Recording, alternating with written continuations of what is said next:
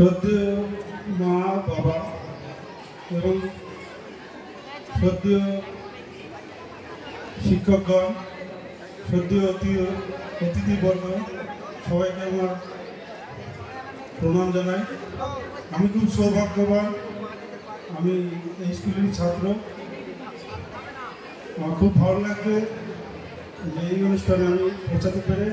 আমি একজন দেশ রক্ষার কাজে ব্যস্ত আছি, তবুও অনেক কষ্ট করে ছুটি পেয়ে আমাদের 26 জানুয়ারির সময় ছুটি পাওয়া যায় না, তবু অনেক রিকোয়েস্ট করে এসছি। তাই বিশেষ কিছু বলবো না, আমার মা 30 বছর এখানে সার্ভিস করেছেন।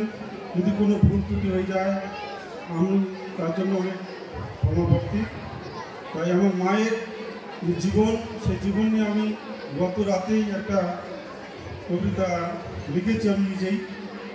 কবিতার নাম হচ্ছে আমার মা। আজ শোনাবো মায়ের জীবন গাথা, অনেক দুঃখ ব্যথা বেদনার কথা, কখনো দুর্বার কখনো অসহায়, পরাজয় গ্লানি হার তবুও চলা ক্ষান্ত নয়। মা যশোদার কোলে জন্ম নিল 1964 সালে হাতিনগরে। একের পর এক আরো 9 জন এলো ঘরে। বাবা পরেশ সারাদিন কাশিম বাজারে কাপড় মিলে, সন্তানের যত্ন সময় নেই, বাকিটা অভিনয় চলে। বড় দিদি ভাই বোনকে মানুষ পিঠে কোলে, বাড়িতে ধান পাট ফসল মাছ ভর্তি জলে। পড়াশোনা বড় বয়সে, কাকা ছিল পাশে, প্রতিবেশীর উপহাস, ভাই বোনেরা উচ্চ ক্লাসে।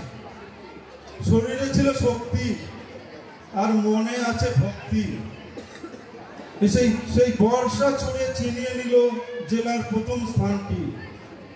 মেয়ে মানুষ খেলবে, পেল না অনুমতি, বিয়ে দিল আকাইপুরে বৃথায় খাটাখাটি। তারপর চলে গেল অনেক কাল, খেলোয়াড়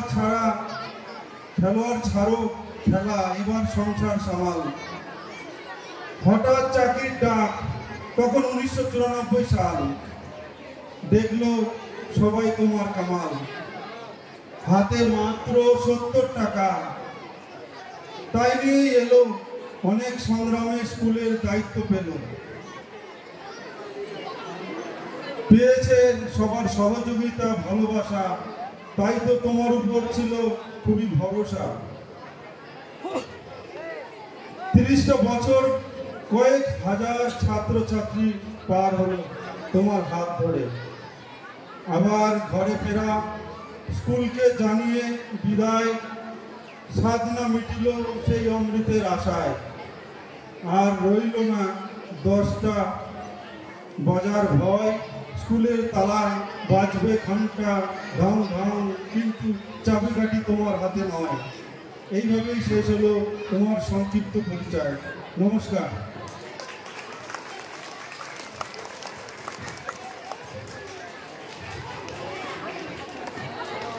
অসংখ্য ধন্যবাদ শিশুদের নন্দকে তারা এত সুন্দর একটা কবিতা বলার জন্য।